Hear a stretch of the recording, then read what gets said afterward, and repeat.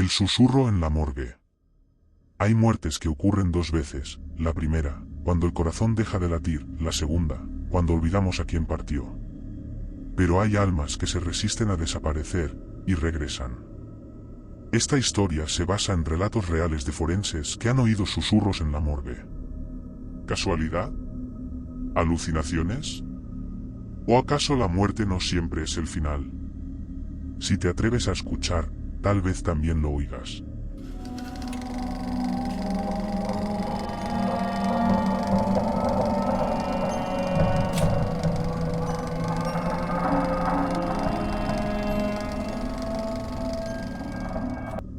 Nadie en Cádiz quería trabajar en la morgue del antiguo hospital de San Bartolomé.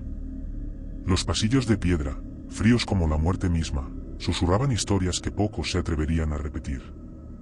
Decían que, en las noches de luna nueva, un murmullo recorría las losas de mármol, como si las almas de los difuntos aún tuvieran algo que decir. Don Álvaro Mendoza, el forense de mayor antigüedad, nunca hizo caso de tales habladurías. Pero una noche de noviembre, comprendió que algunas historias no son cuentos para asustar niños. Son advertencias. El viento azotaba las ventanas del hospital mientras don Álvaro revisaba los informes de los últimos fallecidos. Sus dedos manchados de tinta recorrían los papeles con una precisión mecánica, hasta que su vista se posó en un nombre, Joaquín Ferrer. Un marinero hallado flotando en el puerto, con el cuerpo entumecido por las aguas heladas. La autopsia había sido sencilla. Muerte por ahogamiento. No presentaba heridas visibles, y la rigidez cadavérica coincidía con el tiempo de exposición. Don Álvaro había sellado el acta sin darle mayor importancia. El cadáver aguardaba en la morgue hasta su traslado al día siguiente. Pero esa noche, mientras la vela parpadeaba en su escritorio, algo cambió. Un sonido rasgó el silencio de la morgue. Al principio fue un leve susurro, como el roce del viento contra las paredes de piedra.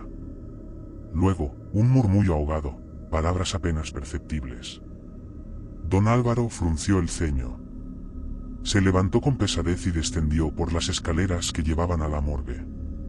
Con cada paso, el aire se volvía más denso, cargado con el hedor dulzón de la muerte. El resplandor de la vela temblaba en las paredes, proyectando sombras alargadas como espectros atrapados entre los mundos. Cuando llegó a la última losa de mármol, sintió como un escalofrío le recorrió la espalda. El cadáver de Joaquín Ferrer no estaba en su posición original. La sábana que lo cubría había sido retirada parcialmente, y su cabeza, ladeada, parecía observarlo con un rictus de malicia. El forense se quedó inmóvil. La lógica le dictaba que debía haber una explicación. Tal vez el cuerpo había cambiado de posición debido a la relajación post-mortem. Tal vez un asistente había movido el cadáver sin avisarle. Pero entonces, el murmullo regresó. Esta vez, fue claro como una sentencia. No debí morir. El sonido no provenía de las paredes. Venía de la losa. Del cuerpo. La vela cayó de sus manos, rodando hasta extinguirse en la humedad del suelo. En la oscuridad creciente, sintió algo helado aferrarse a su muñeca. Una presión firme. Un contacto real. Don Álvaro intentó gritar, pero el terror le cerró la garganta. Forcejeó hasta liberarse y corrió escaleras arriba, su respiración entrecortada por el pánico.